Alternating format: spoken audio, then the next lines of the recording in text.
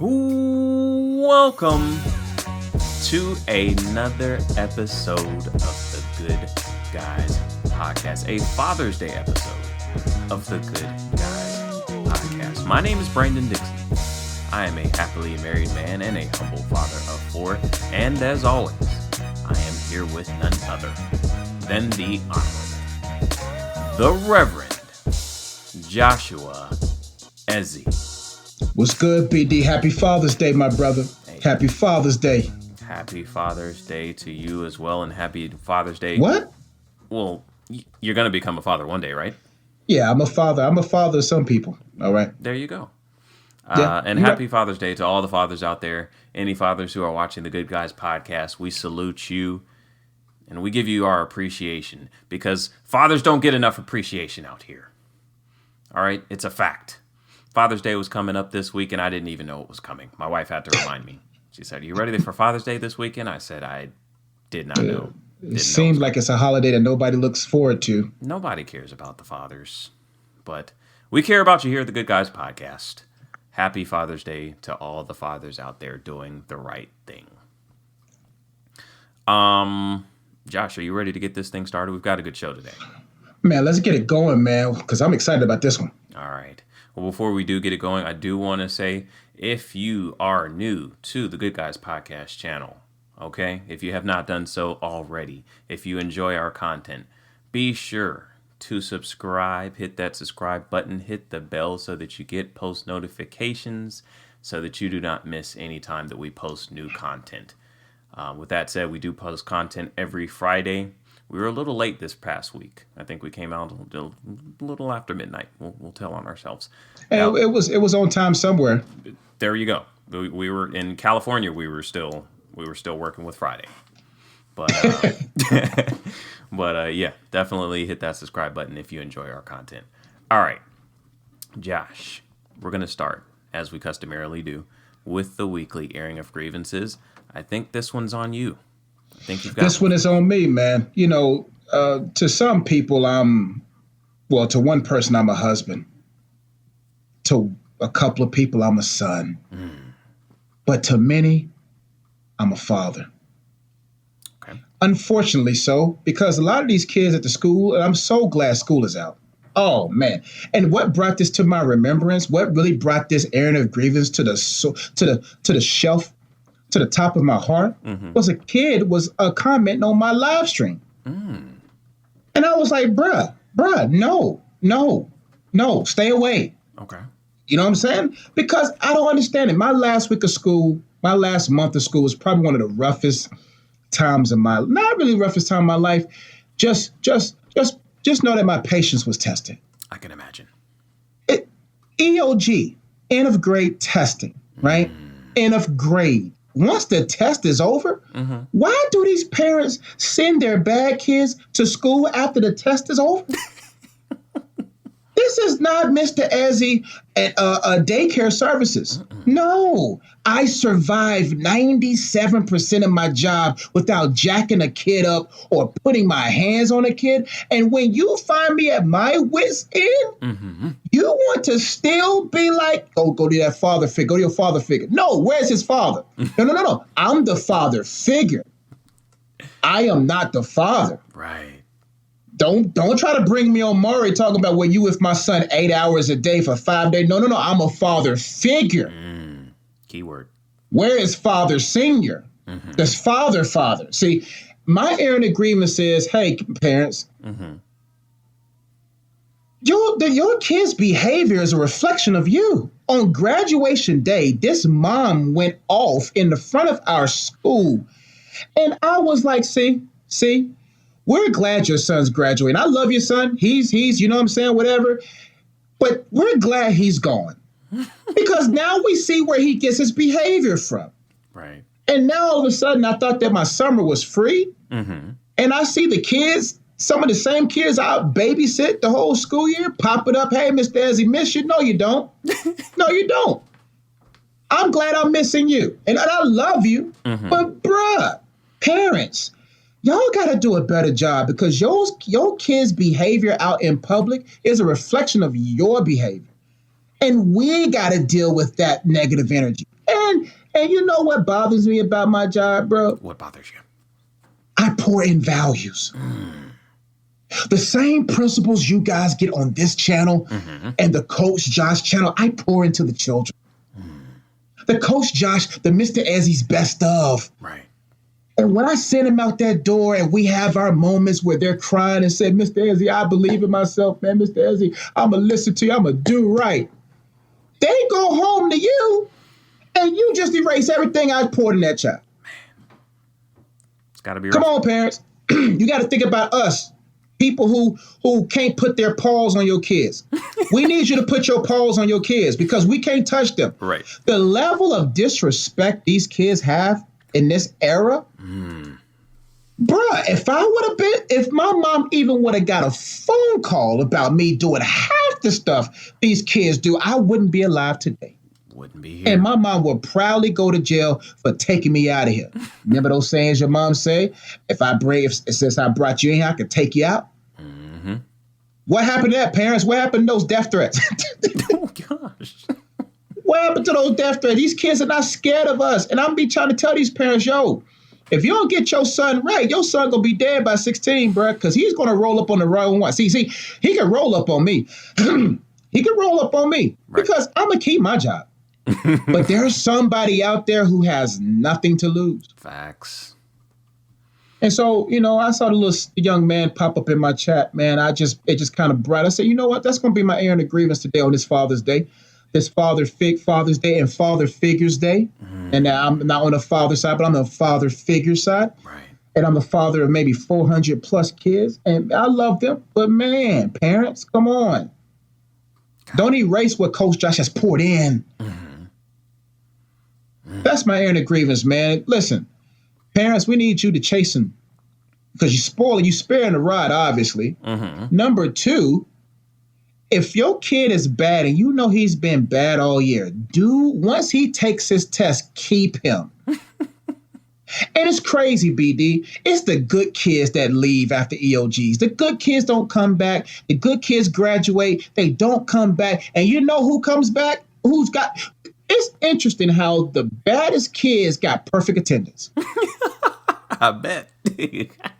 I'm like, the same energy you have putting your son out the house on that school bus every morning should be the same energy you put him to make sure that he's a good kid. If they don't do nothing else, they're going to make sure he is at school. They're going to make sure. I'm like, bro, after graduation, I'm like, all right, man, enjoy middle school. I see you, man. I see you out here sometime. The next day, graduation's on Thursday. I'm like, oh, Friday, I'm good. I'm about to reward the good kids that came back. There's so many kids like, Mr. Ezzy, I've been wanting to hang out with you all year. And I was like, man, on this day, I will. And guess on the last day of school, who shows up and gets in fights? Why you fight on the last day of school, bruh? And now I gotta babysit you because your teacher don't want you no more. Why you? There's be some kids that be getting in fights before breakfast. You that mad? How can you before be that breakfast? mad before breakfast? Bruh, some of these kids get in fights, and I'm looking at their food bag. I'm like, bruh, you ain't even got to the juice, bruh. You ain't even got to the Nutri-Grain bar, bruh. You already throwing hands. You don't got no energy. You in the fastest state, and you out here throwing hands. And it bothers me. I'm like, yeah, today, man, it's cool, man. I promised these kids I was going to reward them. No. Because when no bad kids miss you, I want to be with Mr. Ezzy. Throw them hands. Parents, man. Do your jobs. I'm glad you mentioned that because I think that's a topic that we need to breach here on the Good Guys podcast. We need to, bro. You see, because it's a new day and age. Okay? This generation that's come up behind our generation, they just have different morals and values, different things that they can say and do and feel like they can get away with that we didn't even fathom to think that was possible. And I'll tell you why. Because I think there's a fundamental parenting technique that we as a society have gotten away from. Yep. Okay, it's a very politically correct society, and I think that people have gotten away. I think it's become taboo to discipline your children? Bruh. Oh, that's PC way of saying it. Beat that behind. I was trying to keep it as politically correct as Beat possible. that behind. But in places where nobody can see. In places that no one can see. But that is the question that I wanted to pose today here on the Good Guys podcast. Should you spank your kids? Do they need formal corporal discipline? I'm trying to keep it as PC as possible. Should you whoop your kids? Should you whoop your kids? Yeah. Go ahead, Josh. I'll let you go ahead and kick it off. Let me tell you something, man. I'm a reverend. My life is anchored in the book. Not the encyclopedia, not the dictionary, not the thesaurus, not your favorite nonfiction or fiction book. My life is anchored in the book, the Bible. Okay, spell it out for him. That's what my life is anchored on. And the text, I believe, says, spare the rod, spoil the child. There's been a lot of sparing going on. I understand DSS is on your heels, but listen, I made it through. I just don't understand, man. It helped us out. You got whooped, right? I definitely did. Did you? Bruh. Middle class whoopings. Look. did you get middle class whoopings? Little timeout. Brandon, go in the corner. Timeout, Brandon. Timeout. No, I got full on. Oh, your dad's military. My dad was in the military. Okay. You got punched. So I got whooped. Remember tell that story, bro, where you got punched and flipped over the chair. Flipped over the chair. Was that you? You got punched and you hit the chair and flipped over it? Was that you? I don't think that was me, man. Oh, was that me? Maybe that was me. No. Maybe that was me. I was out of my body and I was like, who is this? My bad. But yeah, bro. Go ahead, bro. Go ahead. Yeah, no, I mean, for one, the Bible does say it. It does say spare the rod and spoil the child. I mean, I think, in today's society, people are like, oh, you shouldn't, you have those that will say, don't hit the child, that just promotes, aggressive behavior from the children, and they'll think that violence is how you solve problems. So you have your contingent of people, that will bring that to the light. I feel like we're not talking about abuse, y'all. No, we're not talking about abuse. Not. Absolutely not talking about abuse. And I do discipline my children. It is slightly different from the whoopings that I got growing up. I do try to wait till I'm not angry anymore. Boy. It doesn't always happen. But I try to wait till I'm not angry. I'll spank them, and then I'll sit down and I'll talk to them and explain, why you just got that whooping. And why I'm disappointed in you. Okay. That didn't happen, with the whoopings that I got growing up. And I don't necessarily, I think it's good, but I came out fine, I think. But ultimately, I do think that children benefit from that kind of punishment. Like, I don't think it necessarily always has to be your first go-to, and I don't think it should be. I think you do want to explain to them, why what they did was wrong. Okay. Explain to them the bigger context of why it's wrong, how it could hurt you down the line in the future. And, I always say, try to, make sure that your kids know what your kids' gifts are, know what their passions are, and try to relate it to that. Hey, exactly. I know you want to, you know what I mean? I know you want to go to the NBA, or I know you want to be the next great speaker, or I know you want to, whatever it is. You're jeopardizing that by this behavior. You're not going to be able to do it. Exactly. Right? So if that's not working and you're still being hard-headed, which kids will be, that's when you're going to have to get this work. Yeah.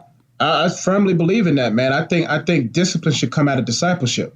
I think what I mean by discipleship is, hey, see me do this. See me live life differently. Come see me come watch me, observe my life.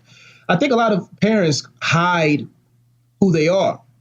And parents have to understand, and what I'm learning just with nieces, nephews, kids at the school, everybody was born with a sin nature. And so what happens is what you was laughing at 3 years old, oh, little Nuke, look at Nuke, hit him again, Nuke. Not knowing that you gassing up bad behavior. Right. And so what happens is, I know for a fact, My goal when I have kids is to help them understand who God is.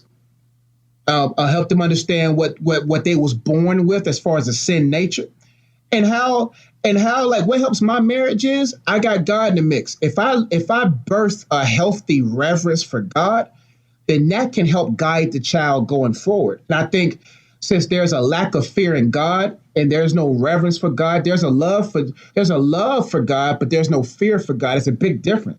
Right. You can love God all day, but do you revere him? Do you respect him? If you don't, the Bible says the fear of God is the beginning of all wisdom. If you lack wisdom in the area, chances are you don't reverence him in that area.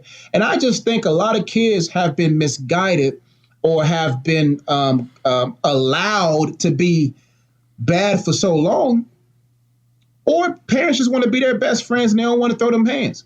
But I just think that ultimately, if you care about that child's success, like BD says, man, is to help them connect to their purpose and help them to connect to God and let them understand, hey, man, I made it. I made it because of certain principles and values. And brother, as far as me and my house, we serve the Lord. Now, if you want to serve the devil, get your own job, pay your own bills. There you go. You know, I'm just nervous because I'm heavy-handed.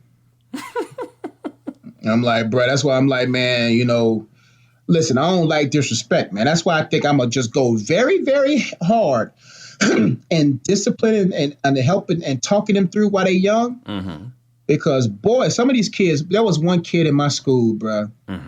This kid had the nerve. This kid was trying to walk out the room. He's, of course, part of my job is restraining. Right. And so I told the kid, man, stay in the corner. The kid swung on me, bro. Ooh. I ran out of that room and I was like, bruh. I ran out because I'm like, look, man, I got on my walkie-talkie. Hey, somebody come in this room, I'm about to lose my job. Everybody, the principal, everybody run into the room. I said, I ain't gonna say what I said. I just know I'm about to lose my job. Hey, that was a smart Another kid of the Caucasian Hispanic persuasion called me something out of my name. I said, bro, you know what? I'm glad I spent time with God. Because if I didn't spend time with, listen, y'all gotta understand, man. Y'all better stay close to him because you don't know who you are until you try it. But the beautiful thing about being who I am, I have amnesia. The next day I showed them kids love. I realized, hey, it's because of you I have a job. That, my friends, is called perspective. It's perspective, bro, BD. Perspective is what guides you through life. This is true. Man, I hugged them kids. I'm like, because of you, I have a job. And secondly, I'm not about to lose my job because of you. Either way, I think there needs to be more discipline. Absolutely. And it's because the enemy takes the fathers out of the home. And if there's no fathers, moms' voices, moms ain't really that. They're not going to, especially boys, they ain't going to really. That's facts. Because my boys be trying my wife. I'm like, y'all can't like that. I mean, they will literally like just be doing whatever they want. And then when I come around, they stop. I mean, but they will not. I'm like, babe, you just got to slap them. Just slap them in the face. Yeah. Because you don't have to. She don't want to give them paws, bro. She be watching all those housewife shows. Because, like the mothers, their role is to be the nurturer. They want to be, she's so cute. And, he's just that's my baby. I'm like, man, if you don't slap him, you better listen. Kids got kids. And that'd be funny. Some kids that they'll be like, oh, he's EC or he's special needs. I'd be like, they know right from wrong. When I show up, they want to get right. But when they're around you, they want to act all, come on, man. Kids be knowing what they doing. I just think some people just afraid to be disciplinarians. That's the thing. Like, that's why you got to whoop kids. I'm sorry. Because they'll try you, man. If you don't put when I say put the paws on them, all right? Okay. Clarity purposes, BD. Just for clarity purposes, when I say put the paws on them, I'm talking about a proper whooping. We'll talk about the various items that you can use to whoop a child. Some of these items are outlawed now. Some of them you might not want to use. I felt like I was Jesus with the 39 lashes. But if you don't put the pause on them, man, they will try you. It's facts. It's just gonna happen. So, but anyway, Listen. I'm to the point to where I just can't wait to have kids. But I think I don't even know if my hands are hurting more than my mouth. You try me, bro. I'm like, bro, you out. You out the house. Go to your grandma's house. You ain't living here. I might, but my wife be like, he's 6. Bro, he tried me like he's 16. I'm telling you. He tried me like 20. And these kids, it's be so funny at my school. You try me like an adult, I clap back like an adult, and you cry like a kid. What happened? That's what be killing me. No. I don't get it. You try me like an adult. I registered this an adult offense. Right. I clap back like an adult that you try me as. Right. And then you in tears? You know why? These parents are babies raising babies. They be letting their kids watch what they watch, so they be trying to be the baby. They try to be all these people, and they try to be gangster and hard. And then when you clap back, Mr. What? No, put them tears up, bruh. Right. And then the parents had a nerve to get mad at me. No. Yes, I told your son he might be dead by 16. Somebody got to tell your boy. Oh, why you tell him? Listen. Who else is gonna tell him? Hey man, you got to teach your kids lessons. You know what I tell them, BD? What's that? I put a little invisible basin right there in front of them. I said my hands are clean, bro, because you know what? I made it to 33. Good luck.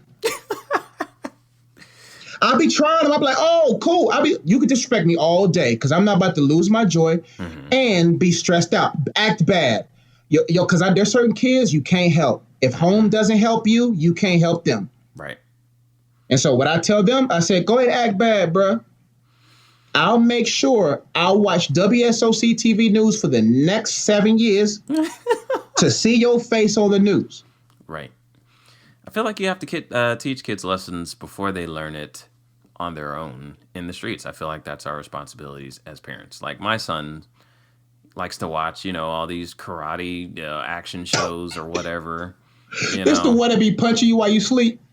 No, that's the 3-year-old. I'm not even talking about that because he's still in the grace period. But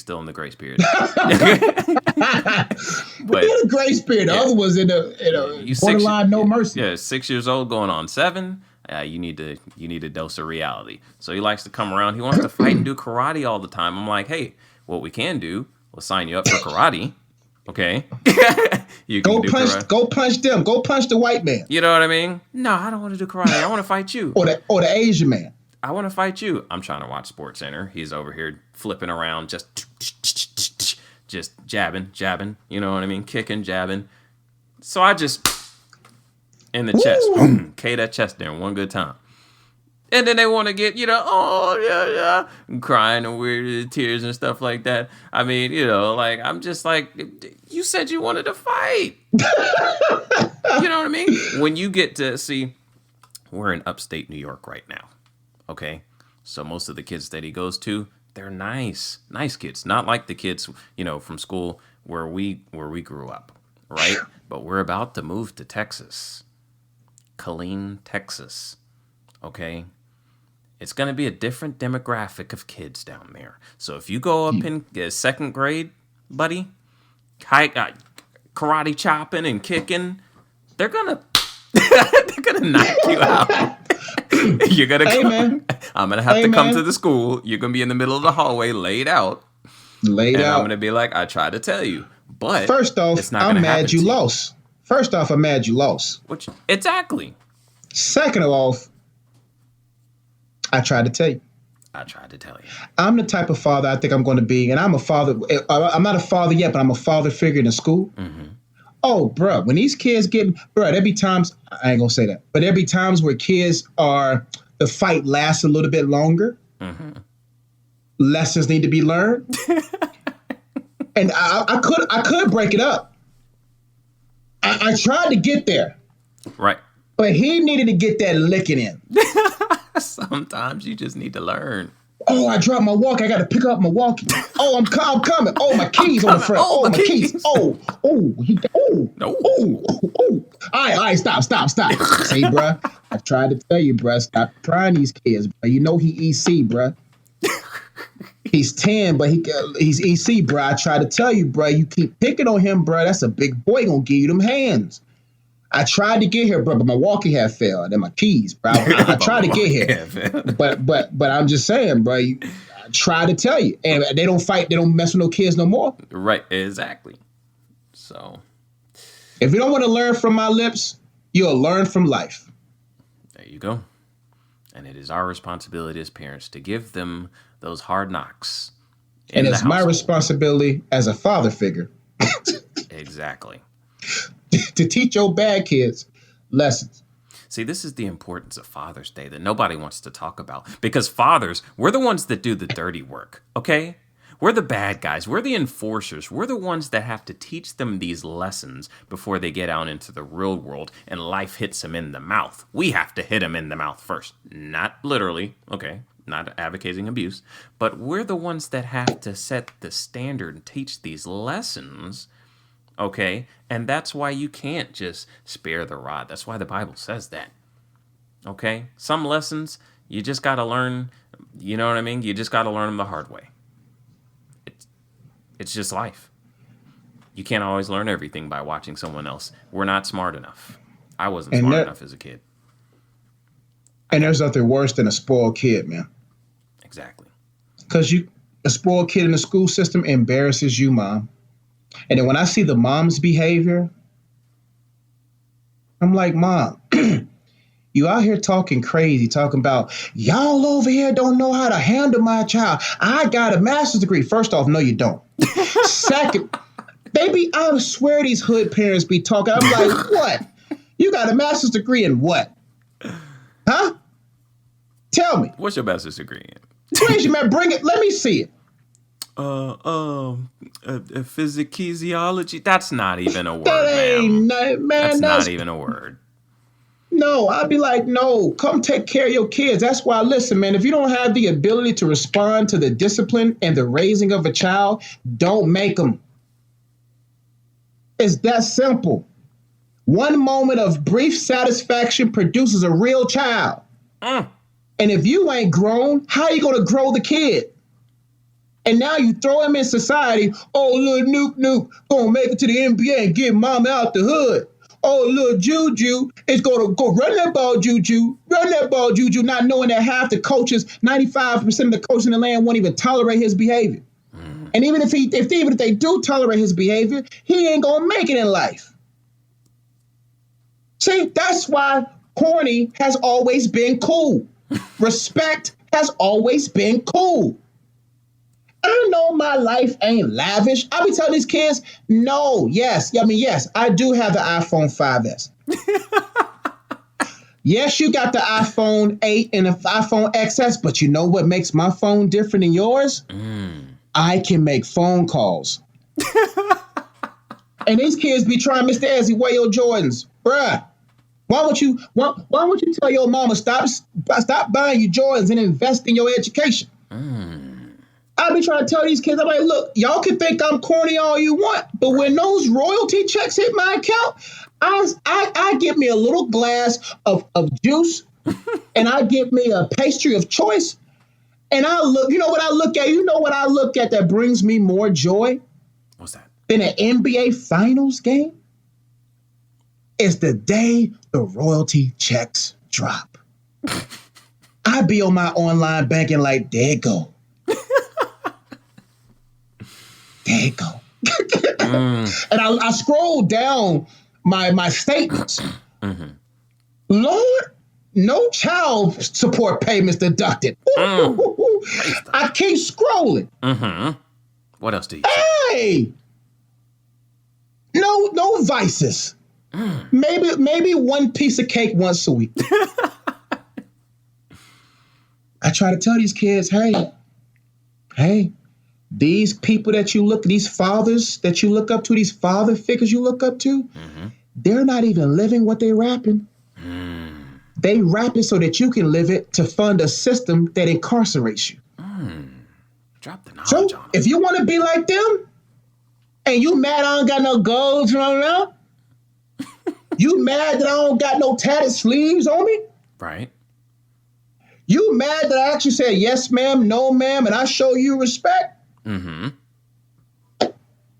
you'll see, I made it to 33.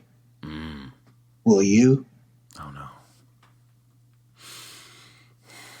Well, I think we have come to the conclusion that it is definitely important to whoop your kids. Yeah, man. But Listen, if you don't whoop your kids now, the cops will. Facts. If you don't whoop your kids now, that hood kid gonna whoop them. Facts. It's better for them to get whooped by you than whooped by somebody that don't care about him as much as you. Facts. But I want to talk about the levels of whoopings that there are, because all whoopings are not created equal, Josh. Bro, I just got chills, bro. Ooh. It's levels to this. All right. You see my posture? I'm sitting good. I'm a grown man. Exactly. So when you got a whooping as a child, right, there were different offenses. Okay. You know, some things were, not that serious. You just had to get the quick, the slap to the behind. Some offenses, it was an all-out, slugfest. Like it got ugly. All right. So I want to talk about some of the different whoopings that we got as a child. Some of the different objects, I guess you could say, that we came across, and what those different objects meant. What kind of whooping that was. All right. So we're going to start off on the lower end of the tier. All right. The first object is the hand. All right. So this was like an on the spot correction. Okay. This is, you're in church, the pastor's preaching, you say something, or you're laughing, you're keying with your friends next to you. Hey boy, shut up and listen to the pastor. Bruh, remember the little pinch and twist? Ooh. Those things with mom be up there. I'm like, Mom, you was just shouting. I thought while you was getting I could get away with some stuff. Got that thigh meat? Yep. Get that good thigh meat in there. They twist it and say something. Ooh. Say something. You better be quiet. Ooh. So the hand was definitely a efficient weapon of choice. Efficient. For on-the-spot corrections, It could even be like, hey, I'm not going to lie. I got punched in the chest a couple of times, not doing something right. Okay, that chest in real quick. You shake it off, you good. All right. But eyes like this. Right? Yeah. Eyes well up a little bit. You holding back them tears. You trying to like, and boy, you really want to say that ain't nothing. but you know better to do that. You know better, because there come the other one. They're right. That was the left, the right coming behind it. Ooh. That's when the parents they'll let their left hand know what their right hand doing. Ooh. You better watch out for those.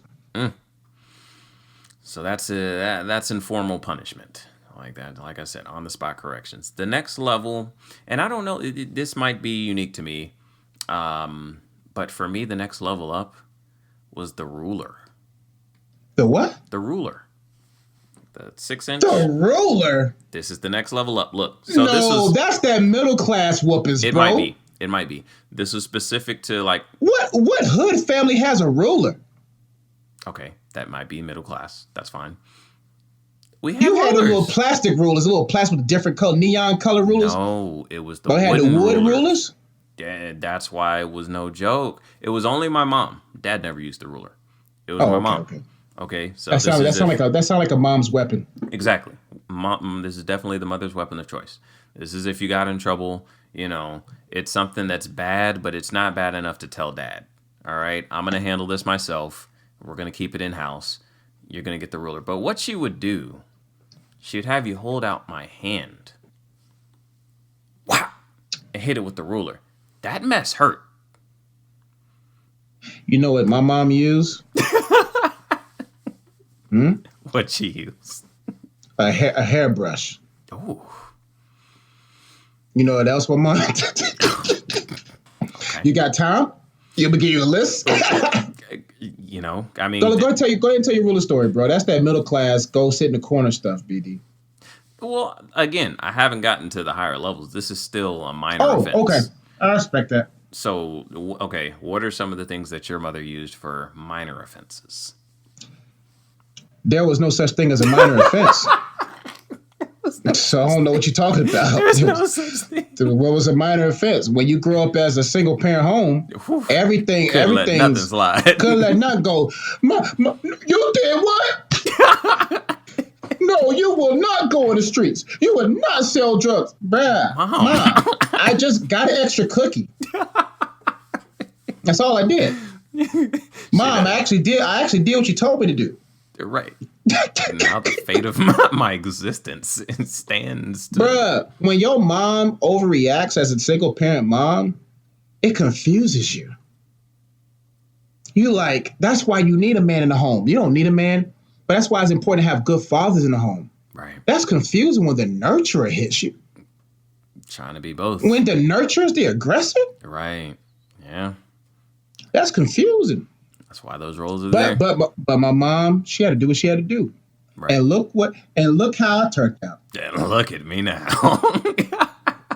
You see?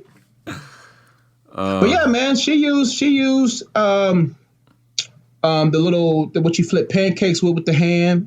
Wait, what? Pretty much anything she could grab. Spatula. Okay. Hairbrush. Okay. Comb. We're talking about not the comb, that the little thin comb. We're talking about the comb with the three different, like the big spiral joints with the little brushes hanging out. Okay. I thought you were about to go hot comb, and I was about to say, Josh, hey, let's bro, keep that on the podcast because that might be incriminating evidence. Nah. I would stand in front of the jury and say, I welcomed it. It made me who I am. Look at my record. Look at my record. Okay. Cleanest slate since Christ. Ain't nothing on my record. Mm-hmm. Nothing. Well, you did have that referral that one time in high school. See, bro, see. Let me take this mint out my mouth. Let me tell you a story. I grew up respectful, honorable, lover of all people. I became all things to all men that I might just win some. My first year at Victory Christian Center, I won the President's Cup. The President's Cups mean the person who exuded the top-notch Christian and holistic character. My President's Cup was dented. They never fixed it, but just follow me through the story. Appropriate. There was a few people that envied me because I came in rookie season. I ain't know nothing about no President's Cup. I was like Kawhi Leonard in Toronto. Look, I'm here. First year, championship. All hell broke loose from there. 2 years later, I'm sitting in science class. Miss Riley's class, to be exact.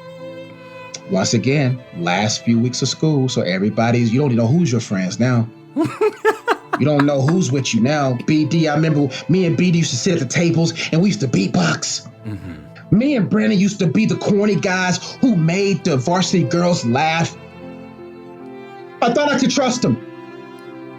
Absolutely. I'm sitting in that science class. The teacher says and it wasn't even Miss Riley. Miss Riley wasn't even there. Who was that? Miss Jeter? It was Miss Jeter. See what happens? What the devil does? He puts people in that don't know you.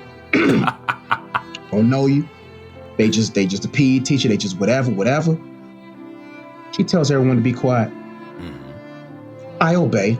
I'm not like my peers that eventually obeyed or didn't obey. I obeyed immediately. Mm-hmm. And my open heart, nice guy self, I think he just dropped the pencil. And I said, here you go, man. He said something. And I looked at Brandon like, I don't know if I should kiss him on the cheek because he's Jewish. I ain't know what to do. And then the whole class erupts. The same varsity girls that I sat there and counseled my whole high school time. Mm-hmm.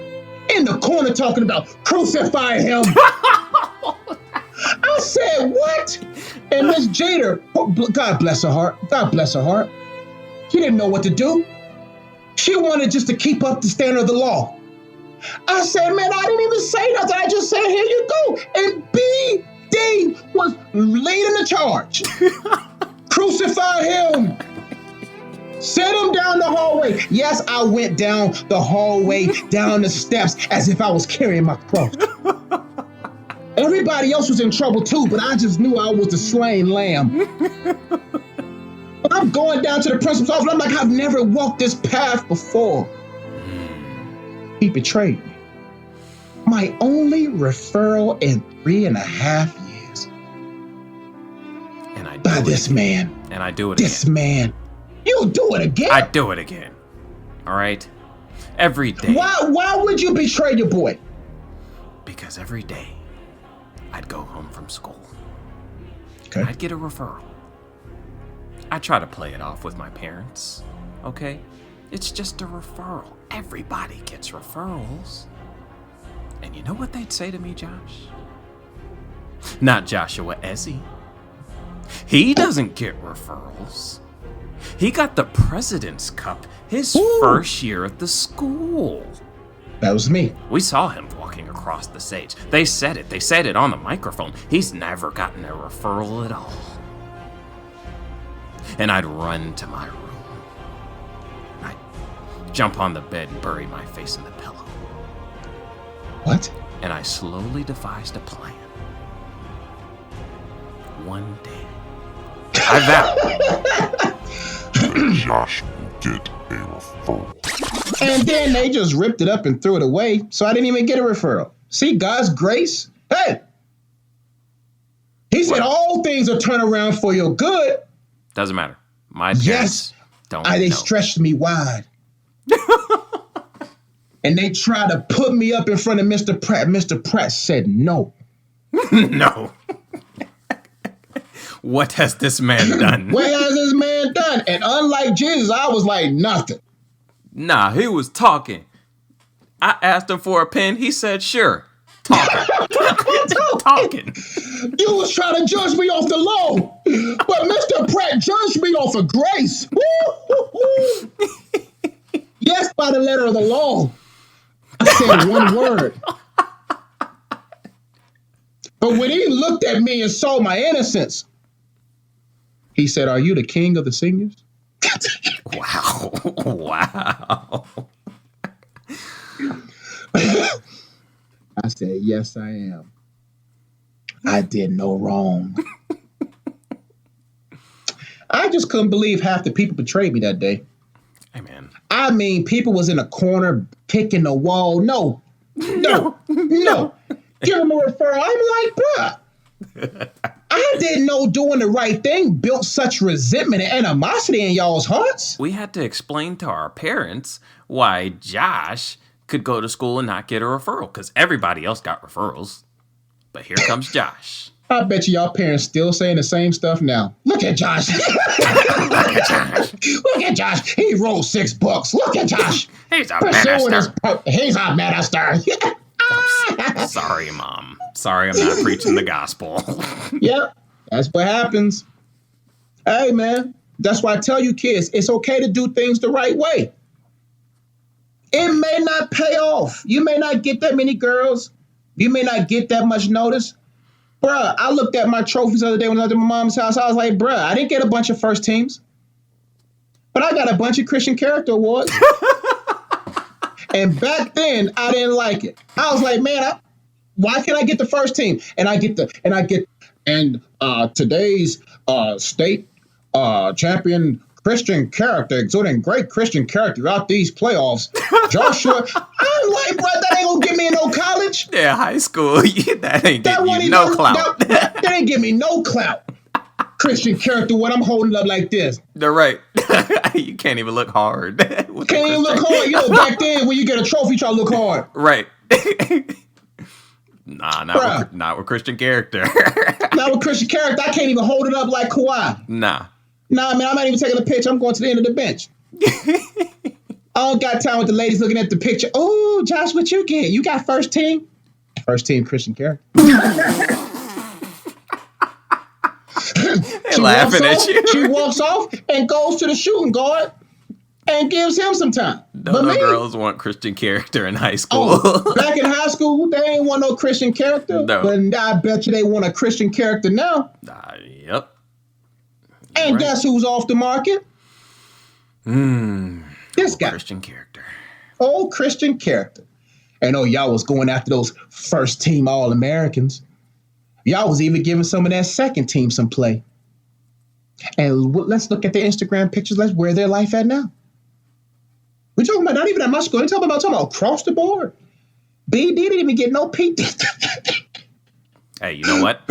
I was second team all-conference soccer. All right? SPA conference. SPA. Yeah. I was like, why couldn't our conference be hard, bro? I know. SPA. Like, we're going to the spa? Like, bro, I don't want to go to no spa conference. You know what? Next week, I might bring my Christian Character Awards here, bro. And let y'all see the history of God's hand on my life, even on the basketball court. I'm going to bring my President's Cup with the 15, 16-year-old dent in it still. I'm sure. I'm going to bring it because I need for y'all to believe that you don't got to be cool and crooked. You don't got to be outside of your Christian character. It's good to be a Christian character. Yes, nobody going to want to be around you. Yes, they only come around you for money, snacks, and advice. That's it. They're not coming to you to be your friend, and that's okay. Because when you get 28, 29, 30 years old, listen, let me tell y'all young men something. Mm-hmm. You're not going to be hot right now. No. If you love the Lord, they're not going to pay you no attention. Nope. And that's okay. Your day will come. There's this little thing called time. Mm-hmm. When you get 27, 28, and they done been ran through, they've been all over the place, they're going to look at your page and see your consistency and have the nerve to shoot their shot. Where was you when I was shooting my shot for you? Where was you? You wasn't with me in the scriptures. You wasn't with me in the word? You wasn't with me. You wasn't with me in that Proverbs 3? When I tried to show you Proverbs 31, you didn't want to read with me. When I tried to show you what love is, patient, kind, you didn't want to read that with me. You wanted to read some Genuine back in our day. You wanted to read some B2K lyrics. You wanted a little bump and grind. That's what you wanted. I just want a little Bible study. I don't see nothing wrong. Oh, but God knew what one girl didn't catch. She knew there was a Brittany S that would catch my rebound. When I shot my shot, hey, listen, good things come to those who wait. It's that simple. Stay with God and go from glory to glory. Hallelujah. All right. The third thing you said, hands, middle class rulers, hairbrushes, whatever, the stuff you said. I forgot what you said. Oh, pretty much anything should get her hands on. Okay. All right. So from there you go to the standard, okay, the tried and true, the go-to. We're talking about the belt. The belt. The belt. I didn't get no belt. Yeah, I got a belt a couple times. Bro, you skipped the switch? Okay, so check it out. I've got the switch. For me, I got the switch. Okay. I got the switch like that was once or twice. I got the switch. Y'all hear that middle class discipline? All right. No knock to the Dixons because I love them. You know what I got? Okay. So, I mean, okay. It was your mom. Okay. She didn't wear a belt. So you probably didn't have that many belts. And my belts was little.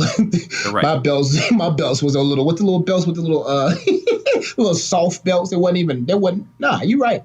Exactly. It was my mom. So the belt and the switch are kind of interchangeable. Okay, but the difference for me was, all right, the belt was more the go-to. The switch meant that you had done something disrespectful. All right. The switch meant that, you just, that extra just, because with the switch, it was a more intimate affair. You had to go outside and pick your switch off of the tree. Okay? So that means they're making sure that you know that you've done something absolutely disrespectful. You mean your switches was a little small, thin ones, right? No. Because you would try to go out and get a small, thin one. Oh, how dumb we was. We made them even more mad doing that. Exactly. And then they would say... Coming to them like this, Mama, I'm ready to be whooped. I deserve it. Punishment. Do what you will.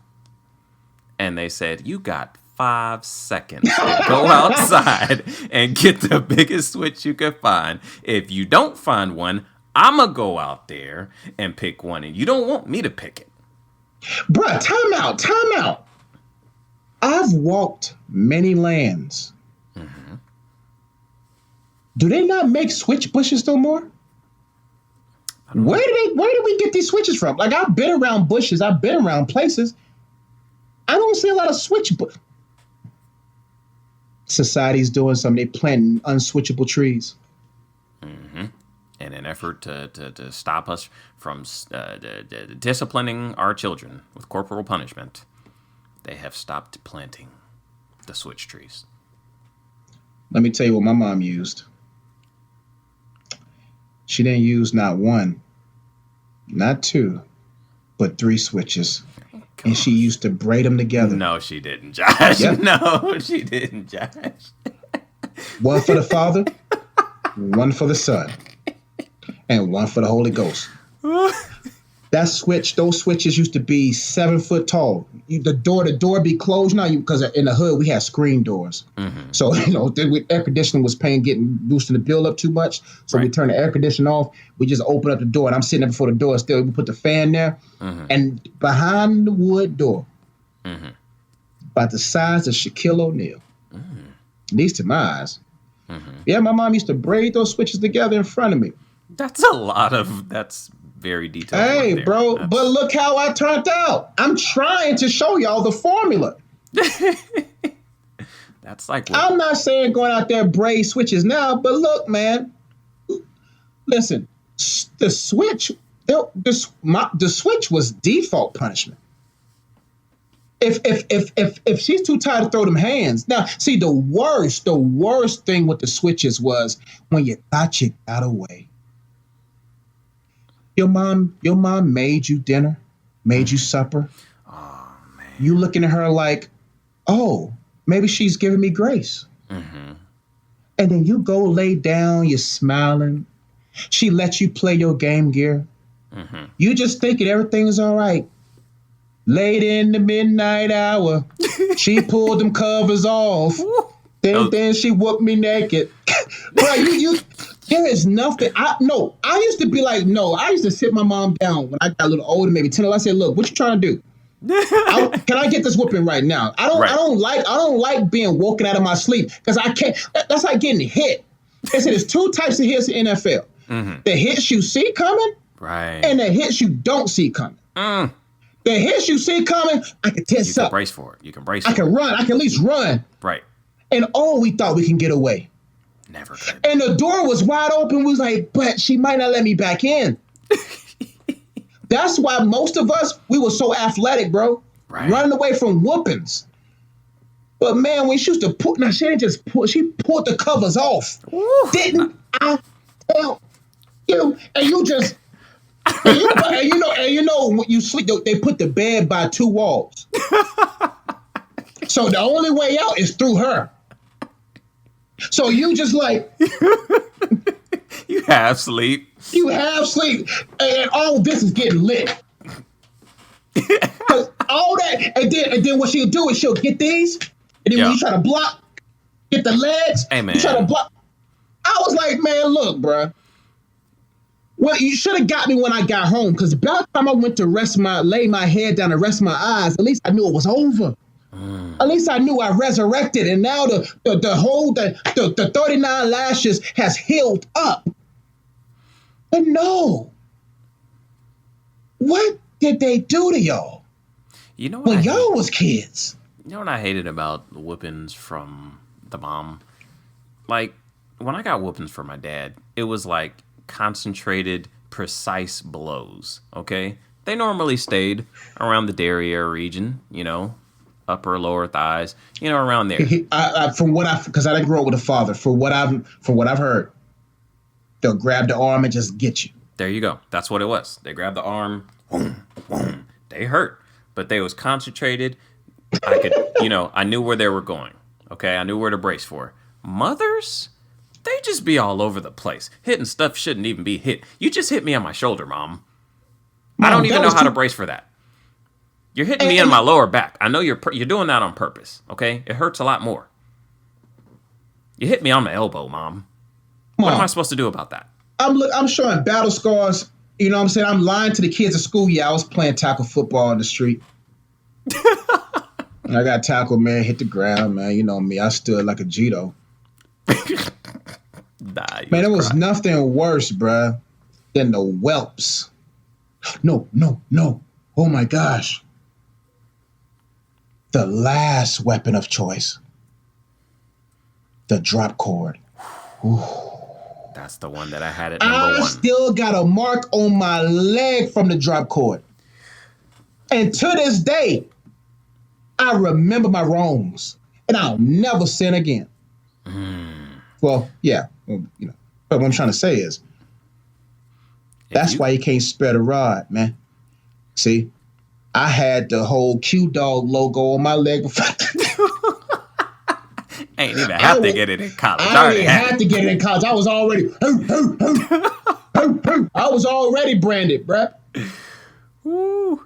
The drop cord, bruh. Because see, y'all kids don't even gotta worry about the drop cord because everything's wireless now. Yeah, you don't even have cable cords anymore. Bruh, that phone cord. And why in the hood we had 15 of those?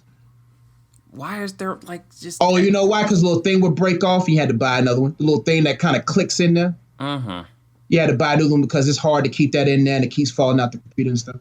Man, if your parents grab one of those, you have committed the unpardonable sin. Bruh, you did something. You embarrassed their name. That's what you did. You did something that made them feel like they can't even go to that church no more. You did something like they got to go choose a new grocery store because now you done showed out. Bruh, all it took was one drop cord whooping. I never did that thing again. I might have did something else, but I never did that thing again. I remember when I was in the grocery store, the Big Penny, or the I don't know, it was Piggly Wiggly, Giant Penny. Man, I went down that aisle, man, and all I wanted was just the Three Little Pigs, man. That's all I wanted, man. They came out on VHS. You see what I'm saying? I was like, Mom, man, I want the Three Little Pigs. And I was like, well, I've been going to church. And they said, well, if you just kind of, name it and claim it, maybe it'd be mine. So what I did was I took the little Piggly Wiggly, the Three Little Pigs VHS movie off the shelf, and I put it up under my shirt. My dumb tail put it out to look at it in the back seat. Wow. Where'd you get that from, son? My dumb self didn't know that the movie don't come out for another week. It was just a display. I didn't even steal the original. I was such a good... I didn't know how to steal, y'all. You didn't even do it right. I was such a good kid. I didn't even do it right, bro. I just knew I was going to watch Three Little Pigs when I got home. That little white cotton thing, the little hard, little white balls thing stuck together like a VHS. I was like, bro, I got to whoop it for... At least I got the tape home. But I ain't even get no tape home. I got the display. I got towed up by the drop cord over some Three Little Pigs. That whooping. I never stole again. I always ask Mom, can I get these fudge rounds? Because I be wanting to steal. No, can't steal it. I got to ask because I know, because you know why? I knew I had a calling on my life, B, when I couldn't get away with nothing. If I even thought about doing something, if I try to steal a fudge round, the fudge round going to fall out my pocket in front of everybody. I'm like, bro, who did that? Angel went in my pocket and took the fudge round out. No, son, you're called for a purpose. I'm like, no. My purpose for this moment is put my teeth up in this fudge round. Right. Bruh, I I was like, man, all of heaven and earth was sheltering me as growing up, bro. I'm like, bro, I didn't have a bad phase. I didn't have a whole phase. I didn't have no phase but a Christian phase. I'm like, bro. I said, I know I'm chosen. My mom used to always tell me, baby, you're not called. The Bible says many are called, but few are chosen. And baby, you're not called, you're chosen. Bro, I was mad at God for at least till I got to 13. Right. All I want is a fudge round, Lord. I know you. I'm like, man, this little kid over here stealing Snickers all the time, getting away with stealing Snickers. I'm trying to steal something that's 25 cents. He's stealing something that's almost 79, 89 cents. But bro, those drop cords, bro, was terrifying, bro. Those the whelps they leave. Oof. And the thing about the drop cord, bro, when it wraps around you, and you like, oh. I'm like, Mama, I ain't know you was good with that like that. Yeah, man. Moms, I'd rather get whooped by a man. Oh, getting whooped by a mom, bro. I was like, bro, why you whooping me mad, bro? Like so emotional. So emotional, like, Mama, like, I got whoopings in comparison to what everybody else doing didn't even deserve that whooping. But because I was the only child, that was her only baby, and she was, had to be mother and father. I got whooping for stuff. I'm like, bruh. Sometimes my mom would just it wouldn't be like my dad would give me the whooping, but my mom would escalate the situation. For example, right? I got in trouble. And this is something that I don't know. There's worse things you could do. I got in trouble because, back in the day, we didn't have Harry Potter, right? We had Goosebumps. Yeah, we had Goosebumps. Well, I didn't. Okay. The only Goosebumps I had was before dinner. Anyway, so I would be reading the Goosebumps books. My parents, they looked at them. They said, you know what? I don't like these books. They look demonic. All right? You're not reading them. Bet. So I come home one day. I started buying the Goosebumps books on the black market. Originally, they'd have the book fairs, and you'd come home with a little pamphlet. You'd be like, hey, Mom, can I get this book? They'd order the books for me, and then I brought them home. Like I said, they looked at them. Those are demonic. You can't read them anymore. So I started buying them off the black market. Hey, how much you want for that Goosebumps book? Y'all had a black market? Yeah, like trading. Where y'all actually communicated and made deals cordially? Yeah, I mean, you come with a packet of Fruit Gushers or Dunkaroos, and you say, hey, I got these Fruit Gushers, I got these Dunkaroos, fruit by the foot. I'll give you all 3 of these. You had what? List those snacks again? Oh my gosh. List those snacks again, bro. I just want to make sure I heard them clearly. Fruit by the foot. Okay. Dunkaroos. Fruit by the foot? Yeah. The only fruit that was by the foot for us was a banana. That was our fruit by the foot. Fruit by the foot. Fruit by the foot. I'll give you. Mama, can I go? Oh, mom, look, because it was so depressing growing up as a kid, going through the grocery aisles. Everything you wanted, Mama. Fruit roll up. I got a fruit. Should get the box. Fruit by the foot. Here, you better eat this banana. Bruh, what was Dunkaroos? I used to envy people's snacks when it was lunchtime, bruh.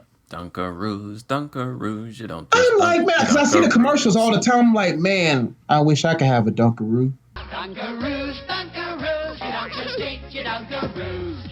Frosting's light. Chocolate, vanilla, yummy cookies too. Tastes so good with a glass of Dunkaroos. Dunkaroos cookie and frosting snack. You don't just eat your Dunkaroos. Them Dunkaroos would hit. Bro, I don't even think I ever had a Dunkaroo. You know what my snacks was? Off-brand. What's those off-brand the 2 bars that come in the pack? The butter stick things. Butter stick things. See, you don't even know. It's a hood snack. Not Nutter Butters. Nutter Butters? I don't think so. No, the little Twin Tower joints. They were chocolate with crunchy with the butter. I don't remember that at all. Bro, I'm about to look this up right now, bro. Twin Tower joints with the chocolate and the butter? Nutter. Not Nutter Butter. Yeah, Nutter Butters is like a peanut shaped thing. The Nutter Butter wafers, bro. No, that's not even it. You talking about donut sticks? Donut sticks? Stop. Bro, at the gas station, that was premium snacks. Even in the hood gas station, I couldn't get the donut sticks. Ooh, the donut sticks was hitting, boy. You know what I had to get? My mom used to always get the white powdered donuts, and I get 2 out of the 6. She may just give me 1. I'm like, Mom, come on, man. The only snacks that my mom used to buy, the only snacks the only snacks that I had for snack time was the ones you get in the big box for $1.29. The oatmeal cream pies, the raisin joints. Mm-hmm. And you know that it was tax time when Mommy was bringing down those honey buns. That's when I fell in love with honey buns. It was seasonal. I only got them once a year or so. But I stuck my premium snacks with 20. You had my was 25 cents. You had Dunkaroos. Mm-hmm. Not only was your snacks name brand, but it had cartoon character that was recognizable across the land. My snacks didn't have cartoon characters. Only cartoon character. The only cartoon character that I had in snack form was Little Debbie. You had Dunkaroos. You had the Golden Bears. You had Animal Crackers. You had all these. Little Debbie was like a cousin for me, bruh. Hey, Little Deb. Little Deb, man, what's going on? What you got for me today? Little Swiss roll. No Swiss roll day. You got me fudge round. Oh, okay. Anyway, back to my story, which was rudely hijacked. So anyway, yeah, I started buying the Goosebumps books off the black market. Okay, I'd trade and barter, and I had the Goosebumps book. Okay, I come home one day, and my parents are looking through my book bag, I guess to, check on my homework, make sure everything's good. They find the book. So I'm in line to get a whooping. All right. In line to get a whooping. Line to get a whooping? Yeah. If I would have did something like that, it would have been on site. Well, I mean, it was. I'm just saying. Okay. I was about to get the whooping. Okay. My dad's talking to me about it, telling me what's about to happen. And I'm like, all right, cool. I mean, I feel like there's worse things that I could do besides, reading. But sure. I'm not out here selling drugs. I'm not out here prostituting myself. I'm reading, but cool. Whoa. Prostituting yourself, B. I'm just saying. It happens. All right. So I'm about to get the whooping, and my mom's over here. She's got the book. She comes over. It says the snowman's got a heart of coal. I'm like, what the? What did she say? Snowman's got a heart of coal? It was like a evil snowman or something like that. She comes over with the book. She's reading the cover. It says here the snowman's got a heart of coal. I'm like, I'm already about to get a whooping, Mom. Why are you adding fuel to the fire? Why are you stoking the flames? Is it not enough that I'm about to get my behind torn up? Do you have to just add fuel to the fire? I just don't understand, and it wasn't right. Mothers, you gotta love them. But anyway. You gotta love moms, man. They whoop you with love and concern at the same time. I'm like, why you whooping with so passionate? Like they whoop you visualizing you going to jail or something. And they feel like I got to give you the best whooping of my life, of your life, so that I'm like, all I did was put my hand in the cookie jar when I shouldn't have. And all I did was I was 5 seconds late before the light came on outside. And you the one, I would have got here on time if you didn't take my bike last year. I would have made it on time if I would have had my bike. And you know good and well the lights come on not at the same time. So somewhere in this neighborhood I'm on time. and here you are whooping me. I mean, I'm pretty sure I swear they just be blacking out, just envisioning every bad possible thing that can happen. Every scene envisioning boys in the Hood and Ricky getting shot running down the aisle. I think that goes through their mind while they're whooping you. Just no, you're not gonna beat him. You're not gonna beat him. I'm like, Mom, I'm a virgin. You whooping me like I done brought 3 kids home, and I'm 17. Right. You whooping me like I'm out here selling something out here, and the cop brought me home. No. I got capital punishment almost for a misdemeanor. Exactly. Bruh, you know, I remember that one time I got a whooping, man. Not even a whooping, bruh. The worst ones is when mom throw that fist. Oof. When a mom punches you, see, I don't know how your dad punched you, but when a mom punches you, right, the power of 2 men. At least it felt like. Because when a man punches you, he knows that he's way stronger than you. And he modifies his strength. Right. It's not going to punch you full Mom? strength. Mom is swinging on you like you a grown man. Man, she hit me one time, bruh, and I just snapped my teeth. Because, bruh, I just got back from basketball practice, man, from Cramerton Christian. And I'm like, man, I'm tired of cleaning these dentist offices. I'm tired. I can't hang out with my friends because I got to help you with your second and third job. I snapped my teeth. She was driving. She just gave me one of these. Boom. Woo. My lip got so swole, man. Dang. I lied, bruh. And they was like, but we saw you at basketball practice yesterday, Wes. And we're seeing you early in the morning. What happened at night? Boy. And you know when you go to an all-white school, they always ask questions. Right. They used to call me, they call me Azzy, what happened to your lip, bro? Dude, what happened to your lip, man? Bro, leave me alone, bro. And mom, you know mom's seeing you win there to embarrass you. I remember one time, man, I got beat in aisle 6, bro. My dumb self never seen coffee before. See the little coffee levers? Mm-hmm. I was just trying to brown coffee. I was like, man, what is this? I didn't know what coffee. I thought it was Cocoa Puffs. I was like, bro, I'm about to give me a couple of Cocoa Puffs, bro. As a kid, going to McDonald's, seeing a fountain drink, I used to bring the gallon from the house and fill up on the Minute Maid and bounce. I thought it was just free refill. I didn't think you had to buy a cup and stay there and then get a free refill. I thought it was a free refill continuously. Wow. And man, I pulled that lever down, all those beans came out. Man. And you know how it is when you embarrass mom around foreigners, around non-black people. I know there were some angry white people in there. There were some angry white people, man, bro. She beat me in that aisle, bro. Anything with a lever, I didn't touch. I haven't touched the lever since. I haven't touched the lever. Every time even when I have to touch it, I gotta take a deep breath.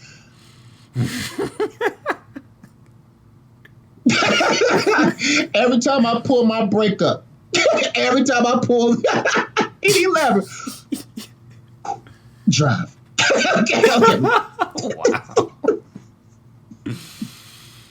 Oh man. All right, man. I hope some of you guys, most of y'all watching right now, probably never got whoopings. You know why we got whoopings? Because we didn't have nothing to take away. You think what? My mom's gonna take my light bright away? We didn't have cell phones and internet to take away. Some of y'all, if y'all get y'all phone taken away, y'all screaming child abuse. That's true. It is a different day and time. It's a different world. There's a lot of stuff you could take away. Their cell phone. You could take away their PlayStation. You could take away their tablet. They didn't have nothing to take from us except from our imagination. All I got is my imagination. Mom, I was thinking of me being great one day. Right. All that, man, bruh. Our imagination as kids was Steven Spielberg, bruh. Mm-hmm. Bruh, I used to sit there and be like, boy, man, my imaginations, because I used to tell my imaginations, and people would be like, you ain't gonna never be that. I was like, God, I already live in the hood. I got it. See, at least BD he could have an imagination that kind of match how he was brought up. Mm-hmm. My imagination was completely different. Anyway, some of y'all need whoopings now. Y'all 26 need a good whooping. Absolutely. Some of y'all 33 need a good old-fashioned butt whooping. Some of y'all, I bet y'all wouldn't be talking crazy today if y'all got a whooping like y'all should have. All right. Anyway. We're going to keep it moving to a segment that we haven't done very often this season, but we're going to pull it out of the vault. It is the segment that is a popular social media segment.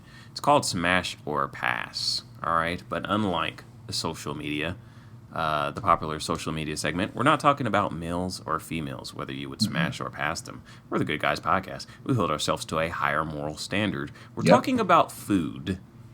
Would you smash or would you pass? Today's Smash or Pass comes from Kentucky Fried Chicken. Them Cinnabon people, bro. Also known as KFC. According to Fox News, they are testing, Josh, a vegan chicken sandwich. Why y'all going vegan and we don't even know if your real chicken is real? Yeah, that's probably not the best idea. I mean, we're already questioning the validity of your actual chicken, and here you are with a vegan option. Let me see what they're talking about here. It says, all right, KFC is debuting a plant-based chicken sandwich. That just doesn't sound appetizing at all. At its stores in the United Kingdom later this month. The new faux chicken offering called faux chicken, F-A-U-X. You know, it's like fake chicken. Oh. Called the Imposter, will feature a vegan chicken fillet from fake meat brand Corn, coated in KFC's unique 11 herbs and spices, along with a layer of vegan mayo and iceberg lettuce. So I know you're out right there. I'm out. Pass. Next segment. You had me at 11 herbs and spices. I was like, bruh, some of these other vegan sandwiches, if you put KFC's 11 herbs and spices on them, that may taste pretty good. I'm intrigued. But you lost me with the mayonnaise. I'm intrigued by the 11 herbs and spices, but not the mayonnaise. What else is on there? That's it. A vegan mayo and iceberg lettuce on a seeded bun. So just get it with no mayo. Probably tastes like cardboard, but with 11 herbs. Oh, no. Them 11 herbs and spices are classic, bro. I mean, like, I have on occasion thought about going vegan, but then I always no later than 1 minute later say no. But if I ever was going to try to, like, you know, like decrease the amount of meat that I consume, like, I would be interested, you know, in seeing what it tastes like. Bruh. Did Jesus break vegan patties or did he break fish? You know, there's a scripture in the Bible, and I'm going to find it for you, that God told, I think God told the priests to get some oil, some flour, and some meat. Dip the meat in flour and fry it and let the aroma hit heaven. I said, God must be a black man. God invented fried chicken. God invented fried chicken, and you trying to take it away from me? With corned vegan patty? Look up the scriptures for yourself. God told them to get meat, flour, and oil, and surround the meat with flour. And I'm gonna find it right now. I'm definitely doubting the validity of your story there, because if it is true, that's the dopest thing I've ever heard in my life. I will eat fried chicken every day for the rest of my life because Christ told me to do so. Leviticus 2:7. Leviticus, Josh. Leviticus. Nope. Bruh. Hey, it's in the Bible. Let me see this. Leviticus what? Hold on, let me get the whole chapter, bruh, because you know what I taught y'all last week with Beyonce? That's right. 10 verses above, Exactly. 10 verses under. That's exactly what I'm about to do, because I'm willing to bet that you are taking this completely out of context. Hold on. What's the scripture? Hold on, bruh. Leviticus 2:7. You're trying to make up stuff. That's what you're trying to do. Bro, you don't even go to Luke chapter 2, verse 7. I read Luke. Ooh, here we go. Let me read it. I'm going to read it from verse 1. And when any will offer a meat offering to the Lord, his offering shall be of fine flour, and he shall pour oil upon it and put frankincense thereupon. And he shall bring it to Aaron's sons, the priests, and he shall take their out. Oh, this is the New King James. Let me put ESV, bro. I'm hurting myself going through the King James.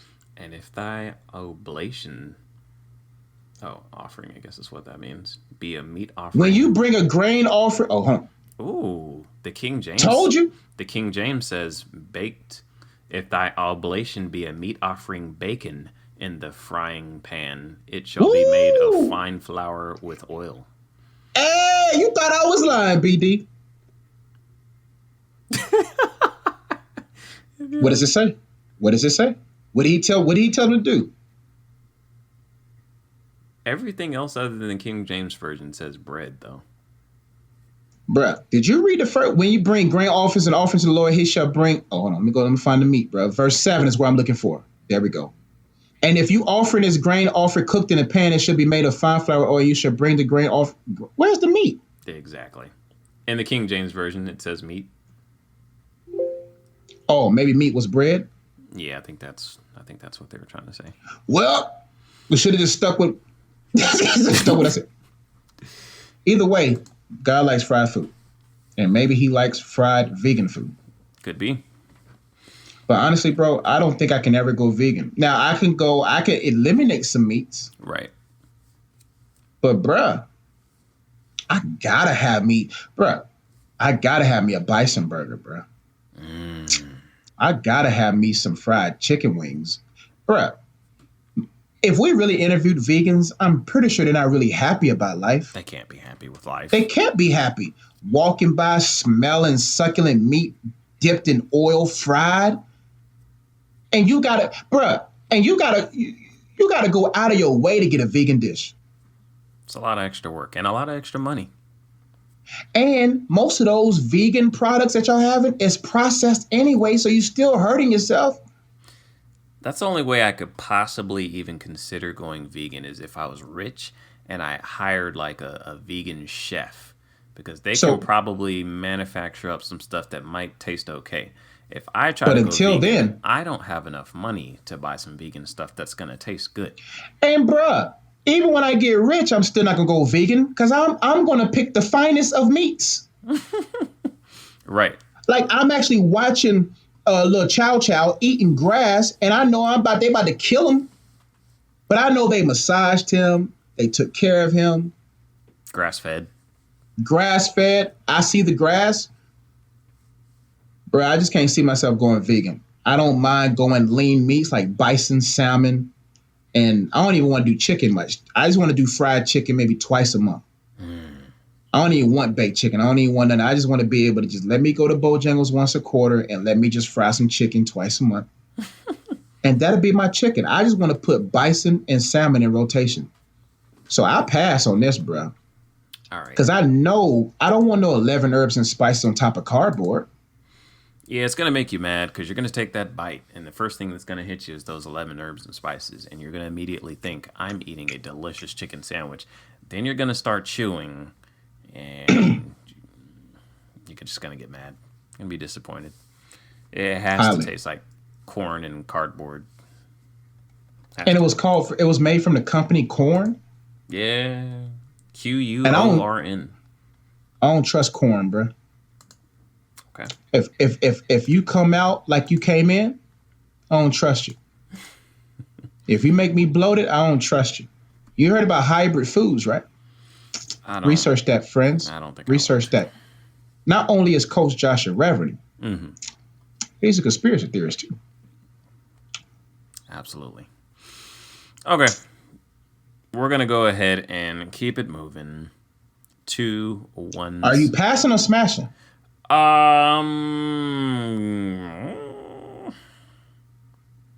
What's the context? And how thick is it? I'm gonna say pass because I'm not smashing, right? Smashing means that I'm going in. Like I'm tearing that up. Like, I might take a bite just to see, out of curiosity, what it tastes like, but I'm not smashing.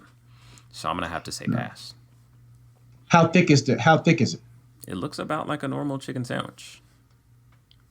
Like chicken sandwich or chicken patty sandwich? Chicken patty sandwich. Like, oh, okay. I thought I was going to man, they made it look like a chicken? No. It's like Burger King's old chicken And, sandwich. bruh, could you ever let go of Chick-fil-A? Chick-fil-A's cool, but y'all love Chick-fil-A.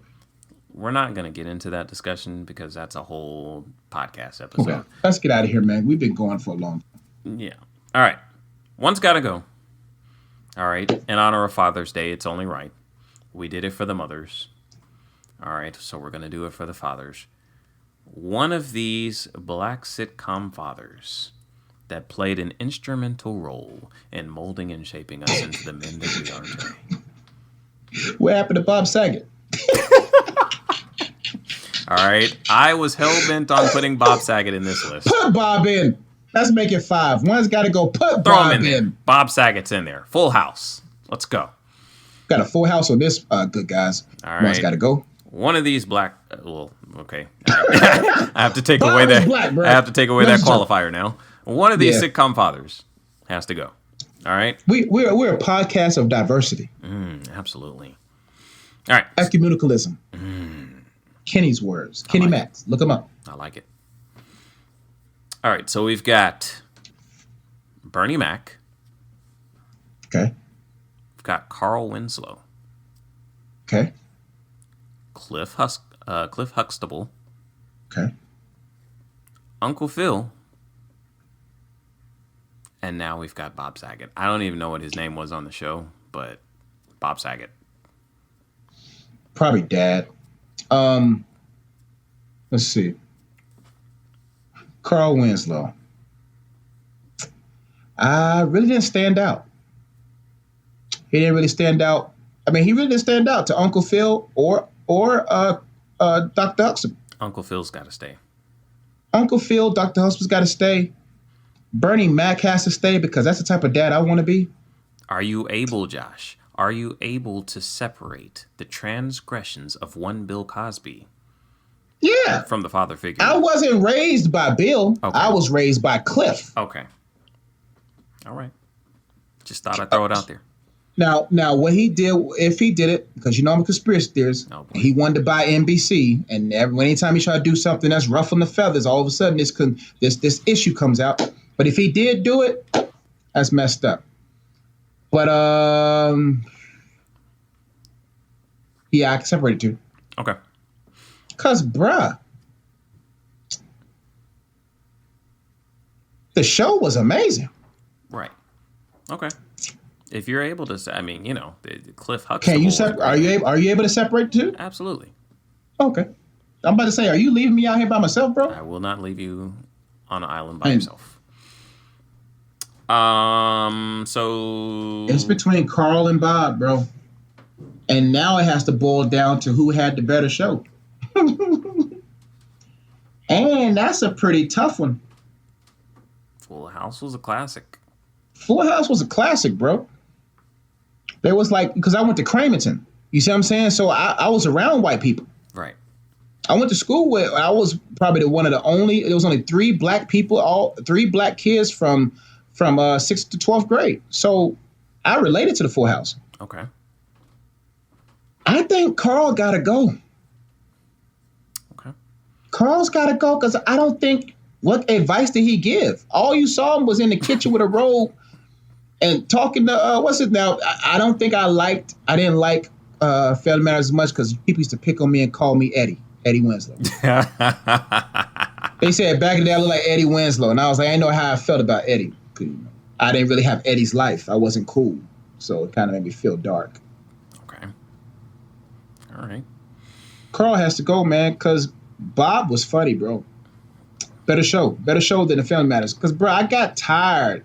It was like watching the Road Runner and the little thing all over again. Steve Urkel trying to holler, get turned down. It's like the Road Runner and the Coyote.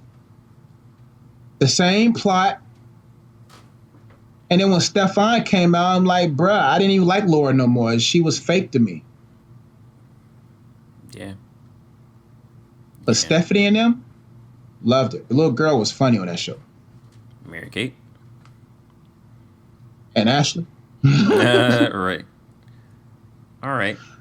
Which one's got to go for you, bro? Bernie Mac definitely has to stay. Bernie Mac has to stay. Probably the best, the funniest guy. Probably Easily. the funniest guy I ever seen in my life. Easily the funniest. And kind of a lot of my parenting tactics model after Bernie Mac. Not from some aspects. All right.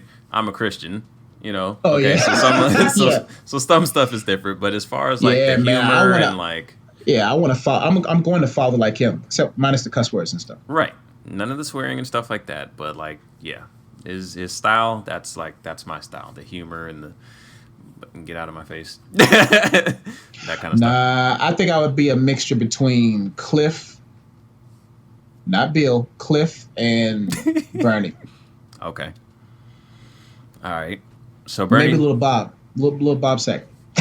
Yeah, that's really me. That's half Bob Saget. You're the half Bob Bernie Saget. Mac.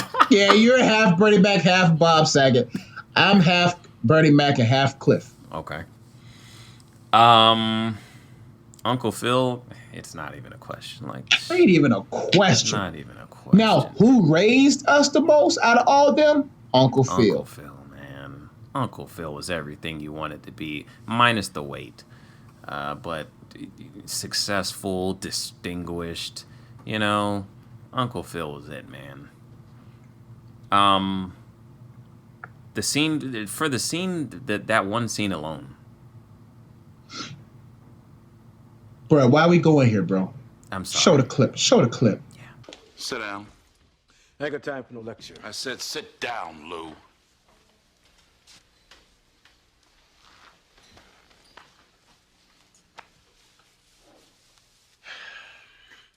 You know, Will was doing just fine until you showed up. But now that you're back, you have responsibilities to him. Look, we're still gonna take the trip. Oh, bull! Bull! Will is not a coat that you hang in the closet, then pick it up when you're ready to wear it. His life goes on. He's not supposed to be here for you. You're supposed to be here for him. You get off my back! You think I want this? It just happened! Now, when Will was a baby, I was scared. Oh, cut the crap, all right? Cut it. Because I've been there. But I didn't run out on my family. I was there every day for them because that's what a man does. Fine, Philip. You win. You the man. You a better man than me. You happy? Now, you gonna tell Will or not? I'm not going to do your dirty work for you. Fine. I'll call him from the road. Yeah, then why don't you do that? Yeah, I'll do that. Daddy out! What's up? Will, man, I'm glad you're here. Some business came up I gotta handle. So we're gonna have to put our trip on hold. You understand? Yeah, that's cool. That's cool. Just for a couple of weeks. I understand. Yeah. Maybe a little longer. Yeah, whatever. Look, I'll call you next week and we'll iron out the details. Okay? Yeah. It was great seeing you, son. You too, Lou.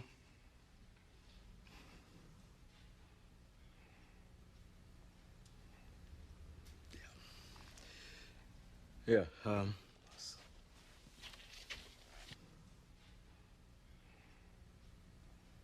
I'm sorry, Will. You know what? Actually, this works out better for me. You know, the slimmies of summer come to class wearing next to nothing. You know what I'm Will, saying? it's all right to be angry. Hey, why should I be mad? I'm saying at least he said goodbye this time. I just wish I hadn't wasted my money buying this stupid present. I'm sorry. If there was something that I Hey, could you know what? You ain't got to do nothing, Uncle Phil. Hey, ain't like I'm still 5 years old, you know? Ain't like I'm gonna be sitting up every night asking my mom, when's Daddy coming home, you know? Who needs him?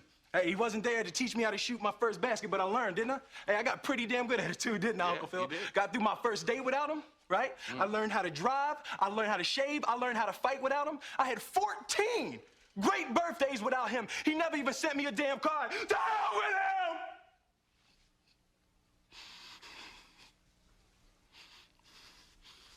I ain't need him then, and I don't need him now. Will. Nah, you know what, Uncle Phil? I'm gonna get through college without him. I'm gonna get a great job without him. I'm gonna marry me a beautiful honey, and I'm having me a whole bunch of kids. I'm gonna be a better father than he ever was. And I sure as hell don't need him for that, because ain't a damn thing he could ever teach me about how to love my kids.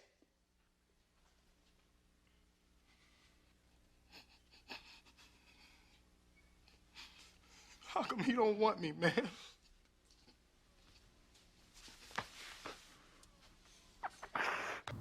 Touching stuff right there. So for that scene alone, Uncle Phil cannot go. All right. Cliff Huxtable, he's up there with Uncle Phil. He's up there. He's up there, and I incorporate some of that as well, Cliff Huxtable style. But Cliff Huxtable style. yeah, definitely. But yeah, he's got to stay separated. Yeah, he's staying. From yeah, you got to separate him from separate. Carl Winslow. It comes down to Carl Winslow and Bob Saget for me as well. Get him out of here, bro. Carl's got to go. Carl's got to go. You know I'm bro. not gonna. You know I'm not getting rid of Bob Saget. Nah, you're Bob in the black flesh. You're Bob in the black flesh, bro. Bob reincarnated in the black flesh. In the black flesh, bro. The white. Oh no, that was the. Oh man, I think they had the best intro too, bro. Because maybe it was a white show. No, Bill Cosby show had the best when they was dancing with the gray background.